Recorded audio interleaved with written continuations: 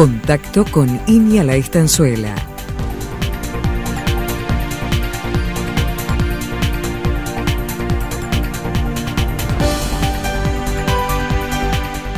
Novedades desde la investigación agropecuaria.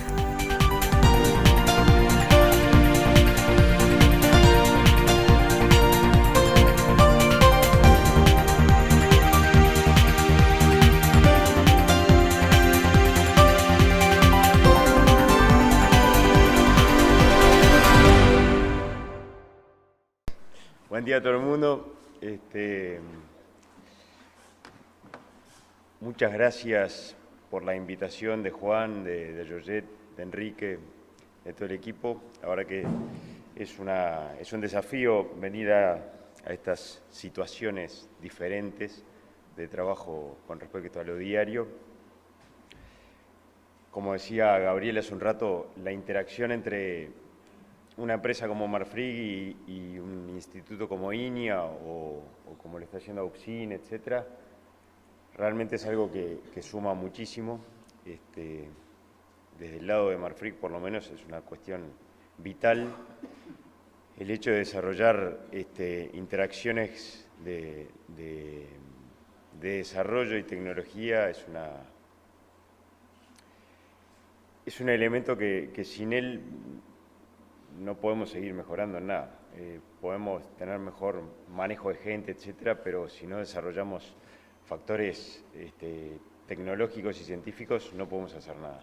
Entonces, la verdad que este desarrollo, que ya hace 2 años más o menos que estamos desarrollando, valga la redundancia, es realmente algo que vale la pena y donde venimos volcando muchos esfuerzos en algunos momentos de todas partes, pero que venimos teniendo resultados realmente muy interesantes. Vamos paso a paso. Ahí dice Georgette Panchero. Georgette va a hacer comentarios después si quiere, pero el grupo de trabajo fue mucho más grande que y al final lo vamos a presentar.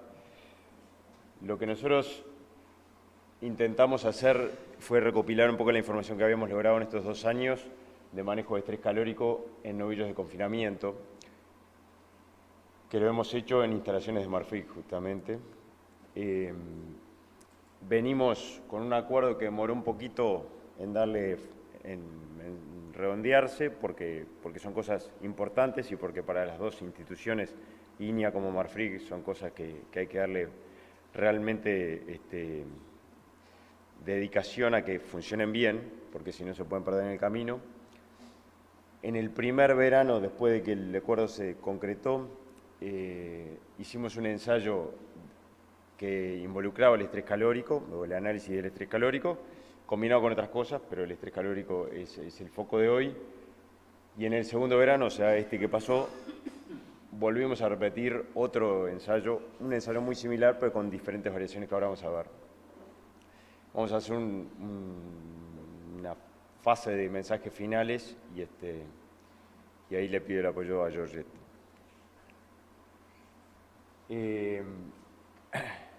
Para tener un panorama claro y para poder hablar todos más o menos un mismo lenguaje, Uruguay ha ido evolucionando hacia un sistema más mixto de terminación a pasto y terminación a corral.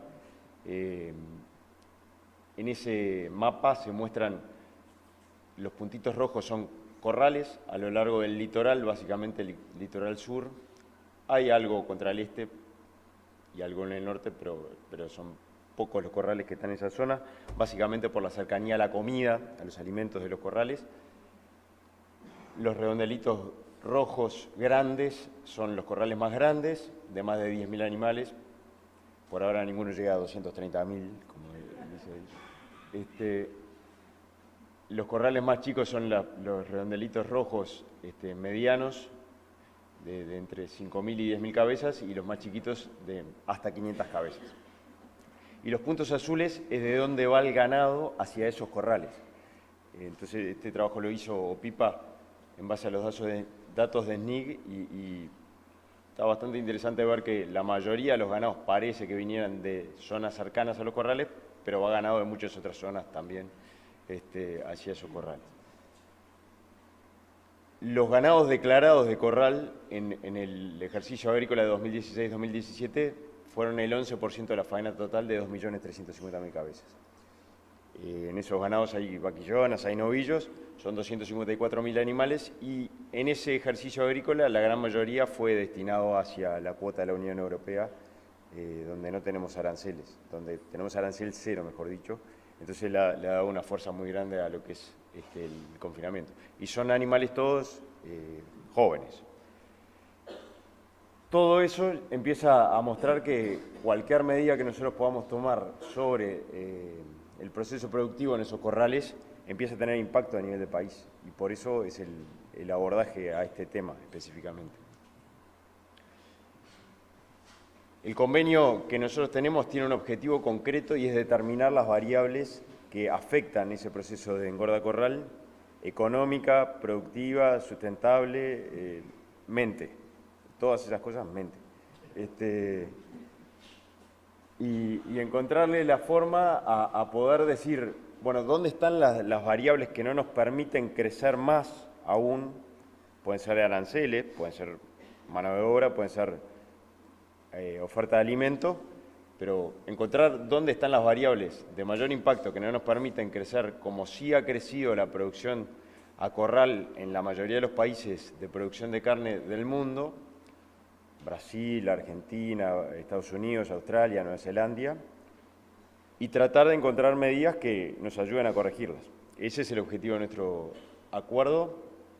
Venimos justamente trabajando desde agosto del 2016 en que se firmó y por 5 años, y si Dios quiere mucho más, vamos a seguir trabajando. Hasta ahora hemos trabajado justamente en estrés calórico, en nuevas fuentes de fibra, que básicamente ha sido la corteza de eucaliptus, pensando en un sustituto al fino retornable. Eso probablemente se presente el año que viene, ha andado muy bien, y hemos trabajado sobre algunos aditivos, pero más a nivel comercial, entonces no vamos a hacer foco en este momento en eso. Y con estos cuadros que vamos a presentar ahora vamos a tratar de darle un poco el impacto económico que pueden tener todas estas medidas, pero medida medio que a lo bruto, a lo que cualquier empresa trataría de gestionar sus indicadores y diría, ¿qué estoy teniendo yo? Estos son datos que nosotros normalmente tenemos, no es para los ensayos, los tenemos porque los inversores en acciones de Marfrig todos los meses nos los piden para cerrar el balance mensual y trimestral. Entonces, son datos que precisamos tener constantemente. Estos son datos de novillos, cuota, no son novillos no cuota, no son otra raza específica, son novillos cuota para el 2016, 2017 y 2018. En este cuadro se presentan las ganancias diarias para los lotes cerrados en el primer trimestre, segundo, tercer y cuarto trimestre del año. Lote cerrado quiere decir que se compró un animal y se vendió el último animal, se compró un lote y se vendió el último animal de ese lote. Entonces, en el momento que se vende el último animal de ese lote, se considera que se cerró el lote en ese trimestre. Quiere decir que los datos del primer trimestre son animales que entraron al feedlot en primavera del año anterior o fines del invierno del año anterior. Y estos son datos de eficiencia de conversión de esos mismos periodos con esa misma lógica. En el 2016 son más o menos 25.000 animales, entre vaquillones y novillos, ahora vamos a ver los datos. En el 2017 son 28.000 animales más o menos. 2018 está en marcha, así que todavía no tenemos un número definido, pero va a ser similar al 2017. O sea que son datos de muchos animales en el fondo. Y son datos medios fríamente, balanza de origen, de estar por pantallas y balanza del frigorífico. No hay más vuelta que eso, no es una medición intermedia ni nada parecido. Entonces nos encontramos a cosas como que en el mejor trimestre de este cuadro tenemos ganancias de 1,681 kg promedio, de más o menos 6.000, 7.000 animales cerrados en este trimestre. Y en el peor trimestre es de 1,335 kg del mismo año. Digo, no hay Entonces, tenemos diferencias de más o menos 250 gramos de ganancia dentro de un mismo año. De 350 gramos, perdón. Y lo mismo sucede con eficiencia de conversión. La mejor eficiencia de conversión fue en el tercer trimestre del 2017 de este cuadro, no importa, de 6,82, de más o menos de vuelta 6.000, 7.000 animales cerrados en ese periodo, contra una eficiencia de conversión del segundo trimestre del 2016 de 8,18. Entonces, las diferencias de ese tipo son realmente de mucha plata. Si uno hace la cuenta de esta diferencia contra esta, o de este número contra este número, y le ponemos un costo de ración de hoy de un kilo producido que cuesta más o menos $1.80, hoy, 2018, $1.80 el kilo producido de alimentos solamente, sin los costos operativos, uno hace esa cuenta y el impacto de eso son $46 por animal. Si uno además hace la cuenta de decir los costos operativos, lo divido entre 1,681 kg o 1,335 kg, con los costos operativos de hoy, mano de obra inflacionada, dólar bajo, no sé cuánto, da $8 más o menos. Entonces tenemos $50 más de margen por animal. En vaquillonas pasa lo mismo. 1,485 kg la mejor ganancia, 1,232 kg la peor ganancia de este cuadro, 7,13 la mejor eficiencia, 8,77 perdón, la peor eficiencia de ese cuadro. Eficiencia de conversión quiere decir kilo de materia seca por kilo de peso vivo ganado, para ajustar la medida. Entonces, $50 por animal es una torta de plata que podemos gastar en cualquier cosa. Si uno lo hace por kilo de carcasa, da más o menos 18 centavos de kilo de carcasa. Cualquiera de nosotros pelearíamos porque nos pagaran 18 centavos más el kilo de carcasa. Cualquiera de nosotros frigoríficos pelearíamos para no pagar 18 centavos del kilo de carcasa. Y entre todos creo que estaríamos de acuerdo en que repartiéramos la torta. Y capaz que entre 7 y 8 centavos cada uno estamos todos contentos. O si no, lo podemos ver del otro lado y diríamos, tenemos $50.000 en un corral de 100 animales. No, $5.000, perdón, $5.000. Si no sería mucho. Y en un corral de 200 tendríamos $10.000 para tomar medidas que mitiguen esas diferencias.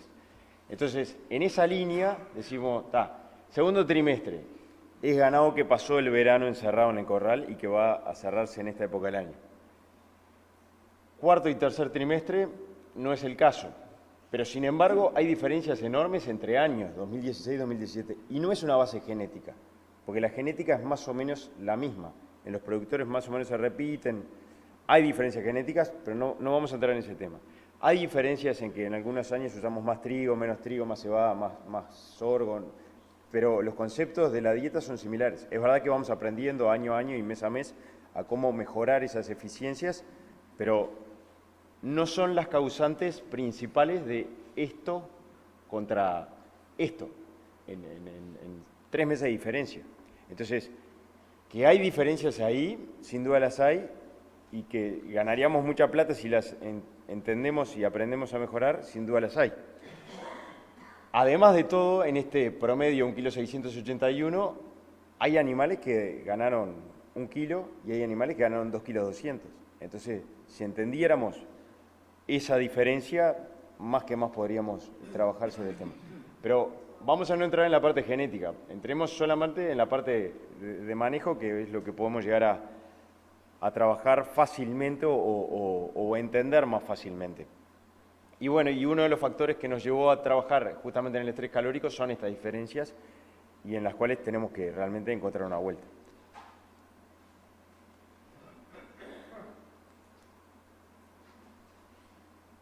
El establecimiento donde hicimos estos ensayos donde los vamos a seguir haciendo, que es el único establecimiento de engorda corral que tiene Marfrig en Uruguay, está entre Mercedes y Fray Bentos, está sobre la ruta 2. El objetivo concreto de estos ensayos fue evaluar estrategias de mitigación de estrés calórico sobre variables, y se midieron variables fisiológicas de comportamiento ingestivo y de consumo y de desempeño de los animales bajo esas estrategias de mitigación de estrés calórico. En el ensayo del primer año, en el ensayo número 1, se midió durante 78 días estas variables que mencionaba recién, en un periodo de adaptación de 13 días y con un periodo de dieta de engorde de 65 días. Estos animales en realidad venían de un corral original entero y se los repartió en esos corralitos. Hemos hecho ensayos en los que hacemos esa metodología y hemos hecho ensayos en los que los animales llegan desde el campo y directo a los corrales individuales. Y eso no es un tema menor por factores que vamos a ver más adelante, pero que no hacen al ensayo en sí, específicamente. Del diseño experimental la voy a dejar a Georgette cuando suba y le hagan preguntas, no pasa nada. Pero son 12 corrales en los cuales tenemos 4 animales dentro de cada corral. Y cada tratamiento tuvo 4 repeticiones por tratamiento. Entonces tenemos 4 corrales para un tratamiento, 4 corrales para otro tratamiento y 4 corrales para el otro tratamiento. Los tratamientos fueron el sol al testigo directamente, aspersión, que es un regador grueso de jardín y solamente eso, pero es una gota muy gruesa que moja al animal, intenta bajar la temperatura del cuero del animal, intenta no generar capa de aire entre el pelo y el cuero del animal, por eso tiene que ser una gota gruesa. Es lo que usamos normalmente nosotros en todos los corrales del feedlot para mitigar el estrés calórico. No tenemos sombra en los corrales, por varios factores, porque hay bibliografías que nos llevan a realizar eso, porque es extremadamente más barato que colocar sombra, porque en ciertos momentos del año hay estrés calórico, aunque haya un día muy nublado, entonces nos permite controlar el estrés calórico en esos días, y porque es una cosa que podemos prender y apagar cuando nosotros queremos, en el corral que nosotros queremos. Y porque específicamente en esa zona del país, con el río Negro al lado, no tenemos una limitante mayor de agua. Entonces, en este lugar del mundo, gracias a Dios, podemos utilizar estas cosas por ahora. En otras partes del mundo utilizan aspersión para calmar el polvo, pero no por el estrés calórico. Mojan los corrales para que no huele polvo de los corrales, no es el punto en este ensayo específicamente. Y el tercer tratamiento es sombra artificial, que se utiliza o se utilizó 4,5 metros cuadrados por animal, alta, a 4 metros de altura, con un material que entendemos que es el que deberíamos utilizar si quisiéramos poner sombra en todos los corrales, que es la chapa, porque los sombritos después andamos corriendo atrás de que no se rompan y que no se vuelen y que no sé cuánto.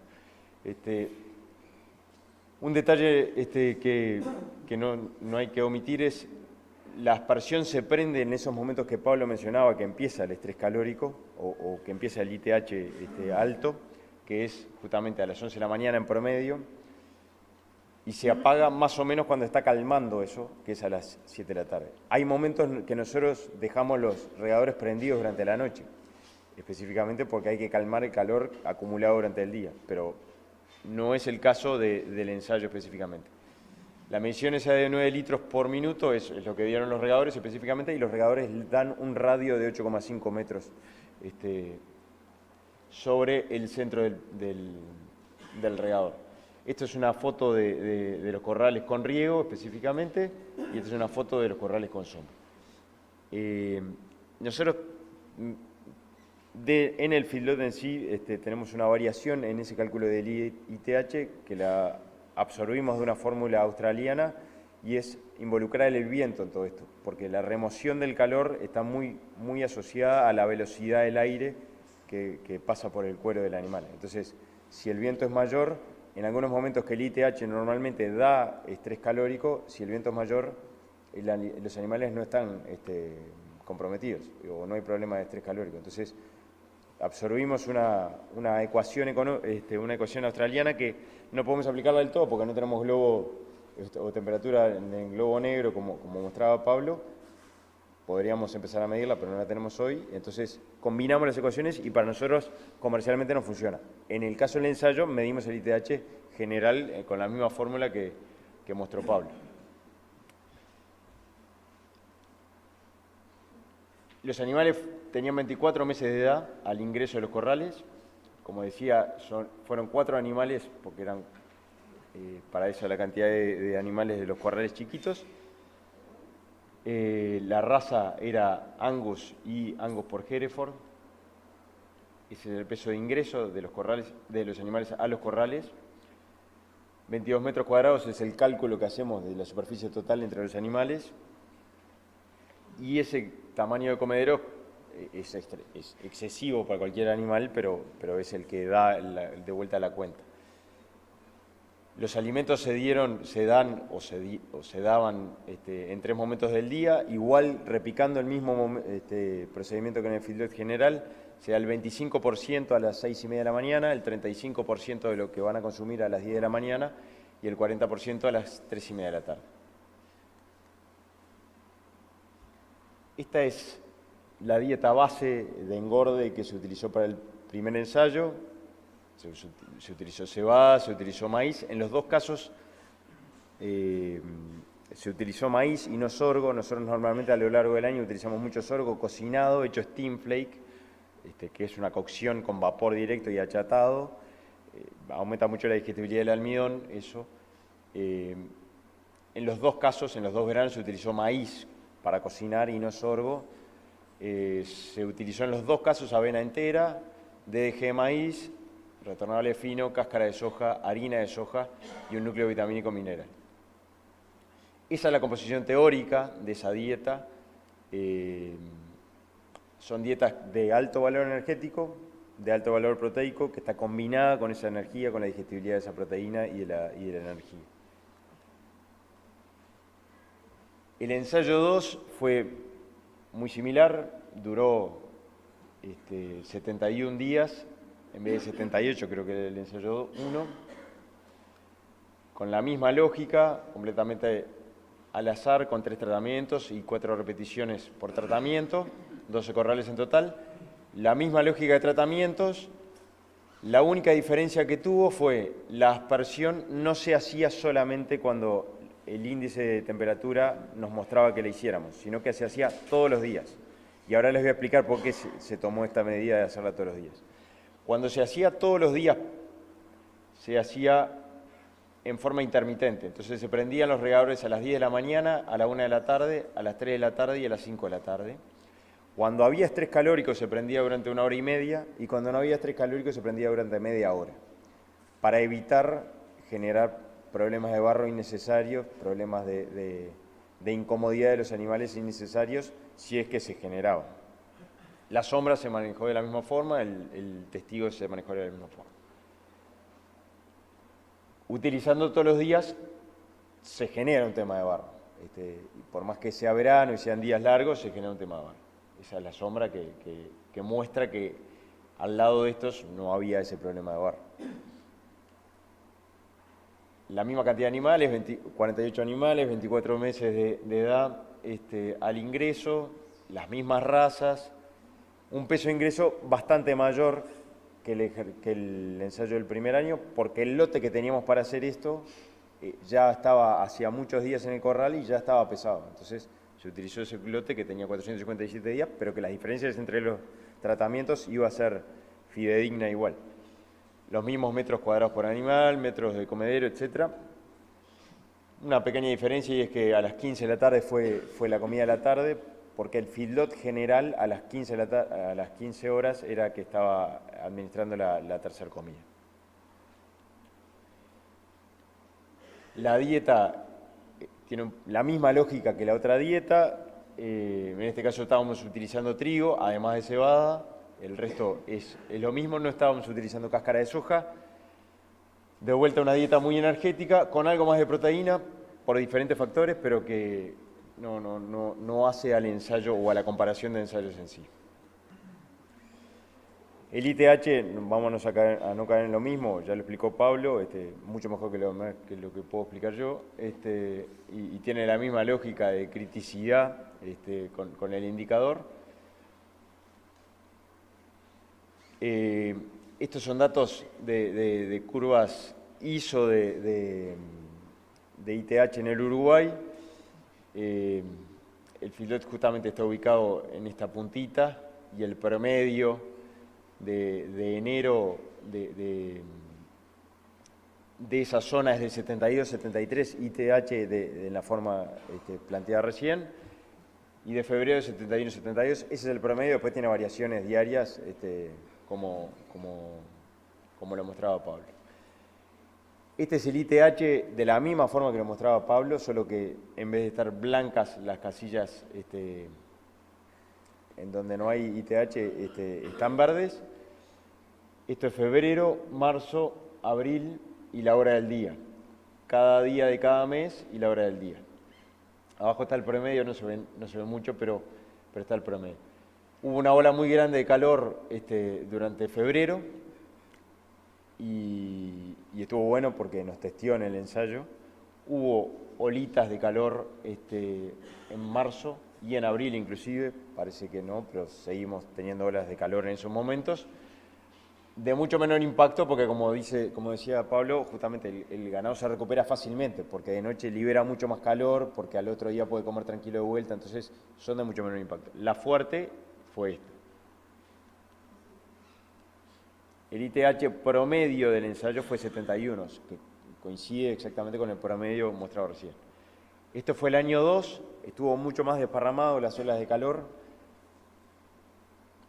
menos oscuridad en las olas de calor, pero mucho más constantes. Entonces al ganado le costaba recuperarse por mucho más días. Si miramos enero y febrero, hubieron olas de calor fuertes, tanto o parecidas a las de febrero del ensayo del año anterior. 72 fue el ITH del ensayo total del promedio del ensayo total del segundo año.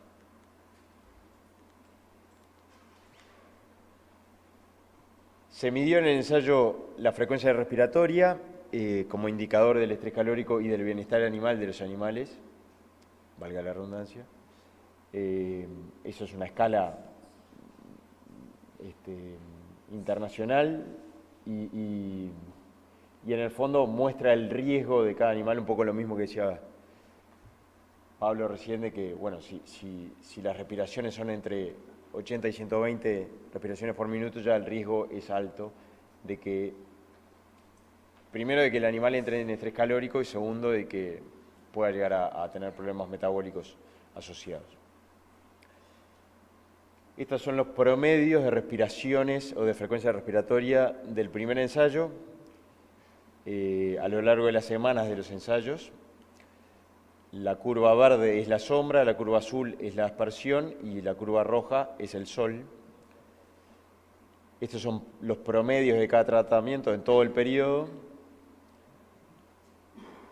La sombra tiende a mostrar algo mejor que la aspersión y los dos tienden a mostrar realmente una mejora con respecto al sol en lo que es respiración, frecuencia respiratoria. Pero la aspersión muestra más oscilaciones que la sombra en sí. Está bueno compararlo contra los momentos de pico de calor.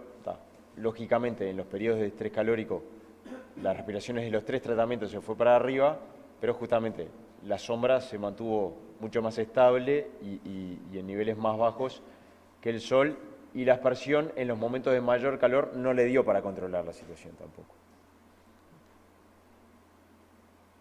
¿Por qué? Será otro motivo, pero no le dio para controlar. Esto es lo mismo, pero para el segundo ensayo. El estrés calórico fue mucho más repartido y no fue tan puntual o tan crítico en cierto momento. Entonces, parecería que la aspersión le da para controlar igual que a la sombra a lo largo de todo el periodo respecto al sol. Entonces, no hubo un momento tan crítico, tan complicado, y se puede ver que esos niveles se mantuvieron muy parejos entre los dos tratamientos. Por el otro lado se midió jadeo, que pasa en los corrales, es una cosa recontra normal que durante el verano en Uruguay pase en los corrales. Con la misma lógica, una escala internacional, los animales largando baba, con el pescuezo estirado, etcétera. Cuanto más pasan esas cosas, más crítica es la situación. La escala de jadeo con los mismos colores y durante las mismas semanas del primer año, aspersión y sombra en niveles más bajos. En los momentos de mayor estrés calórico la aspersión no alcanza a regular del todo, parecería con respecto a la sombra, y el sol en los momentos de estrés calórico tampoco lo alcanza a liberar el calor durante la noche de los animales, entonces entra en estrés calórico. Y esto es lo mismo para el segundo año, de la misma forma, parece que quería que la aspersión y la sombra se comportaran similares en este aspecto, y el testigo tuvo estrés calórico casi que todo el periodo de ensayo. Esto es una asociación entre las dos mediciones, entre el jadeo y la respiración, que Georgette y Juan planteaban como bien interesante presentar acá, porque puede ser una forma de determinar qué tanto riesgo o qué tan problemático puede ser el día fácilmente y sin tener una estación meteorológica que mida temperatura y humedad relativa en el campo, etcétera.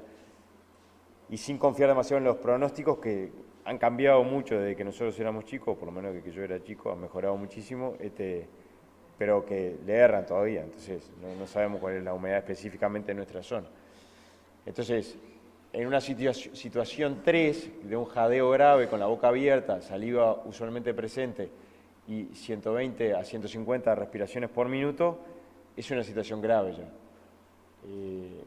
Entonces, ahí lo podemos asociar a un ITH mayor a 84, y en esa situación hay que tomar medidas para no correr riesgo de perder algún animal, y además que sabemos que vamos a perder productividad seguro ese día. Pero entonces, en el fondo, es asociar esas cosas con esta escala, respiraciones normales, 60 o menos exhalaciones por minuto, estamos bárbaros. El resto se empieza a complicar y está bueno considerarlo como una medida práctica. Un poco al revés de lo que presentaba Pablo, en las condiciones de menor estrés calórico, o sea, en la sombra, el ganado pasó más horas comiendo. Y ahora lo vamos a ver en el consumo, comió más. Esto puede estar dado por diferentes factores. Mi percepción es el calor metabólico que larga la comida al rumiarse, al digerirse, es muchísimo mayor que la de pastura. Y entonces el ganado, cuando entra en estrés calórico, lo que hace es frenar el consumo para no generar tanto calor metabólico. Por el otro lado, en la aspersión también es razonable que pase eso, porque si se alejan de la aspersión, pierden el lugar abajo del aspersor. Entonces, si yo pierdo el lugar, más vale no me muevo. Que no es un tema menor. Se comportó algo diferente entre los dos años, y de vuelta hay una diferencia importante en el tratamiento de aspersión, y nos sirvió muchísimo este ensayo segundo para ver que la aspersión todos los días tiene algunos defectos que ahora los vamos a ver un poquito mejor. De todas formas, el tratamiento del sol estuvo mucho más tiempo comiendo con respecto al año 1, que también es otra diferencia, pero bueno, porque no todos los años son lo mismo. Esta es la ganancia diaria del primer ensayo en el periodo de mayor estrés calórico. En ese pico de calor que vimos de febrero, el ganado que estaba en el tratamiento testigo ganó 520 gramos por día. El ganado que estaba bajo aspersión ganó 810 gramos en promedio por día, y el ganado que estaba en sombra 720 gramos por día. No hay diferencia significativa entre la sombra y la aspersión, sí la hay con respecto al sol. Eso era en estos picos de febrero, y esto es en el segundo periodo, o sea, en la etapa en que no hubo tanto calor. El sol parece que compensó algo, que hizo alguna compensación, pero me sumo de vuelta a comentarios que hizo Pablo, me pareció interesante esa posición, pero no quiere decir que lo sea.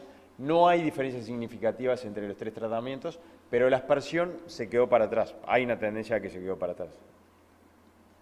Hay que encontrar por qué, pero se quedó para atrás. Y la sombra, de vuelta, la tendencia que le ganó a todos. Entonces, a pesar de que no haya diferencia significativa, bueno, hay una tendencia y eso es por plata y no es significativo, es que ganamos o perdimos plata. Esto es el promedio de la ganancia diaria de los 3 tratamientos para el segundo año. Y no lo separamos en fases porque fue bastante parejo el estrés calórico a lo largo del ensayo. Entonces, no hay diferencia significativa entre tratamientos, sin embargo, la sombra, de vuelta, tiende a ganar más. La aspersión ganó muy poquito comparado con la sombra y el sol anduvo ahí en el medio. A esto me refería de que había que considerar que los lotes venían de un corral inicial y se los segregó en 12 corralitos porque las ganancias fueron muy bajitas con respecto a los promedios de lotes cerrados contemporáneos, con las mismas condiciones, las mismas dietas, etcétera, que veíamos que tenían 1,3 kg, 1,4 kg en esa etapa del año, y además son novillos todos. Nosotros estamos fraccionando lotes, que es todo un tema, y estamos generando más estrés calórico al mover los ganados a las mangas cada 14 días o cada una semana. Entonces, todas esas cosas afectan. Pero la realidad es que las diferencias entre los tratamientos son válidas porque a los 3 tratamientos le damos las mismas condiciones. Entonces, lo que importa es la diferencia entre tratamientos y no si el valor absoluto de esta ganancia se acerca o no a lo de los contemporáneos en el feedlot.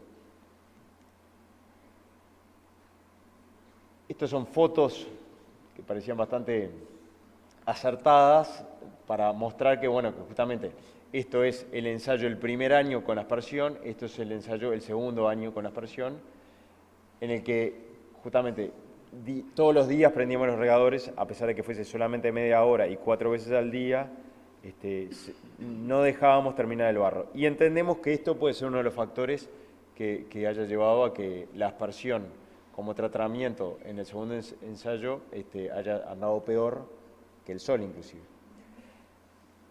Previo al inicio de estos ensayos, nosotros teníamos la percepción de que las ganancias más bajas durante el verano no eran solamente debidas al estrés calórico, sino que eran debidas a acidosis en las cuales entraba el ganado por no comer durante muchas horas durante el día.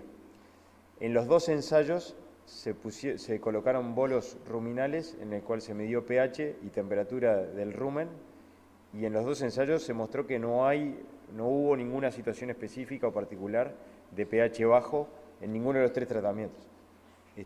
Mostrar los datos así fácilmente no era algo sencillo, entonces hay mucha oscilación, no le encontramos una forma demasiado clara y agradable de mostrarlo, pero en ningún momento hubo pHs menores a 5,85, 5,9, hay momentos del día que baja obviamente por mayor consumo, pero realmente no parece que venga por ahí la explicación de las diferencias. De los 2 ensayos parecía comparable, uniendo la información de los 2 años justamente, el ensayo del tratamiento de la sombra respecto al sol.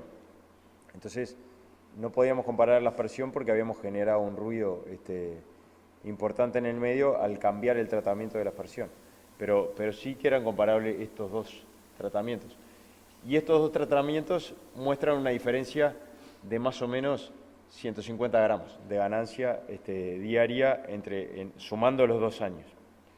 Hoy veíamos que la diferencia era 335 o 350 gramos entre el mejor trimestre del año y el peor trimestre del año o del cuadro S en novillos. Entonces, esto explica parte de la ganancia, de la diferencia. No es todo, pero explica parte de la cosa. Capaz que la sombra no lo soluciona completamente. Y además, no necesariamente el estrés calórico es la explicación de esa diferencia tan importante. Pero 150 gramos en 350 empieza a sumar, es plata. Opa, perdón. Eso es un 12%, que no necesariamente el 12% se va a mantener si vamos a ganancias tipo 1,4 kg, como son los promedios de los trimestres. Tenemos que medirlo específicamente. La diferencia de 150 gramos parecería que sí, que fuese estable. Eso es el consumo del tratamiento sombra y del tratamiento testigo de los 2 años combinados. Ese mayor tiempo en el comedero lleva a que haya mayor consumo de ración,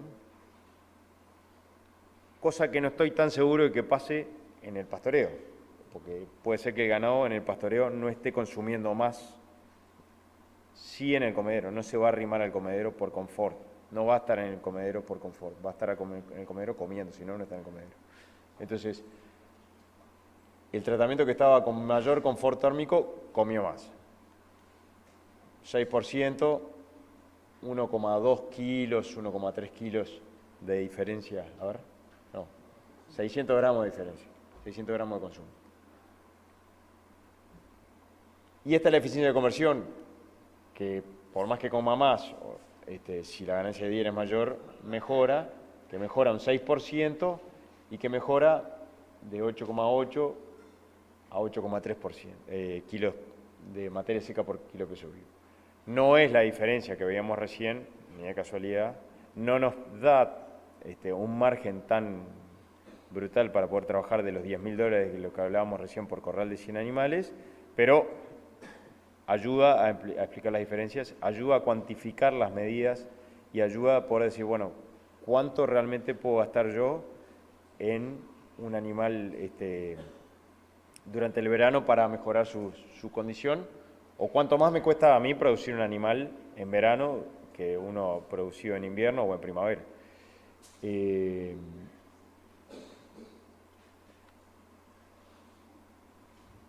Sumado a esto, están todas las otras condiciones del jadeo, de la respiración, etcétera, que esto es plata sin duda, pero una mortandad es mucho más plata probablemente, o la tranquilidad de ver el ganado en buenas condiciones es tranquilidad para el personal, es tranquilidad para el manejo, es tranquilidad para el manejo de los consumos diarios, de la lectura de comederos. Todo eso tiene un valor que es difícil de cuantificar, pero que existe. Entonces, viendo todo eso,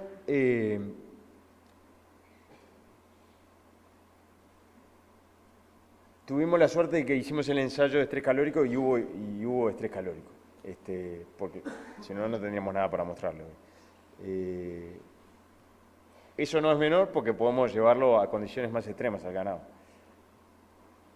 Probablemente hayan habido años en estos últimos 10, 15 años que tuvieron condiciones de estrés calórico mucho mayores. En el 2015 a nosotros en una tarde se nos murieron 25 animales, porque nos agarró después de una tormenta, el calor levantó de golpe, se había mojado el ganado, dijimos no hay que prender los regadores, y cuando quisimos acordar, entraron a caer en los corrales, y esa tarde no había quien pudiera irse del feedlot y no había quien pudiera dormir durante la noche, ¿no? Porque ver los 25 animales de un momento al otro muertos ahí es una complicación. Entonces estoy seguro que hay años que han sido más complicados que este, pero es una buena referencia de cómo podemos estresar el ganado. Ambas medidas de mitigación, la sombra y la aspersión, estamos seguros que mejoran el bienestar animal. Es de lo único que estamos seguros con ambas medidas de mitigación. Que los dos controlan el jadeo, capaz que la aspersión no tanto en los momentos de mayor estrés calórico o de estrés calórico más crítico, pero que los dos sí controlan el jadeo y los dos controlan las respiraciones por minuto. No se encontraron diferencias en sangre, que en el primer ensayo se midieron algunas cosas en sangre, y no se encontraron ninguna medición diferencial de temperatura ruminal ni de pH ruminal. Sin duda, el acceso a la sombra mejoró el desempeño de los animales. Después cada uno lo cuantifica, pero sin duda eso pasa y va alineado a lo que planteaba Pablo recién. ¿Es necesario seguir evaluando la mejor forma de aplicar la aspersión? Para nosotros al menos sí es necesario, porque entendemos que tal vez combinado con la sombra sea una mejor herramienta aún, tal vez manejada en un espacio más amplio, como son los corrales generales, sea una herramienta mejor aún, porque tienen partes con barro y sin barro, entonces también se puede manejar de diferentes formas, porque es una herramienta mucho más efectiva de manejar diariamente, y porque es una herramienta que de mantenimiento es mucho más barata y de inversión es mucho más barata. Entonces, realmente es algo en la cual deberíamos seguir trabajando, porque la aspersión mostró mejorar el confort animal, pero no mejorar la performance y la productividad de los animales.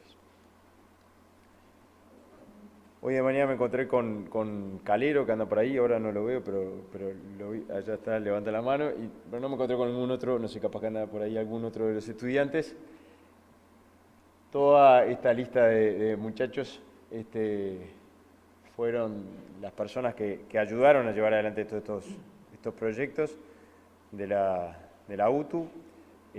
La verdad que es buenísimo verlos en acción, buenísimo verlos.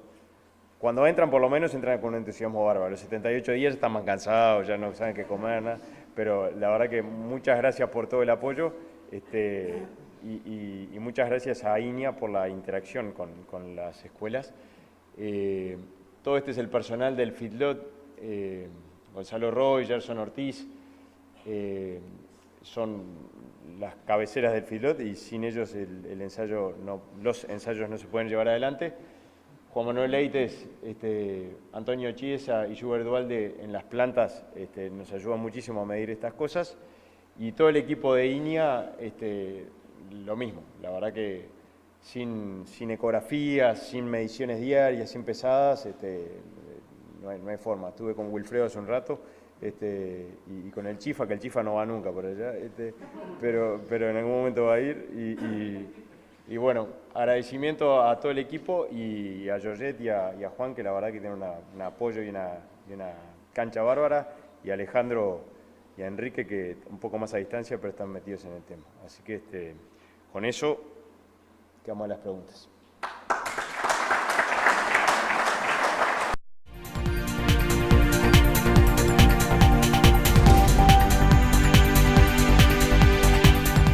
Contacto con INIA La Estanzuela.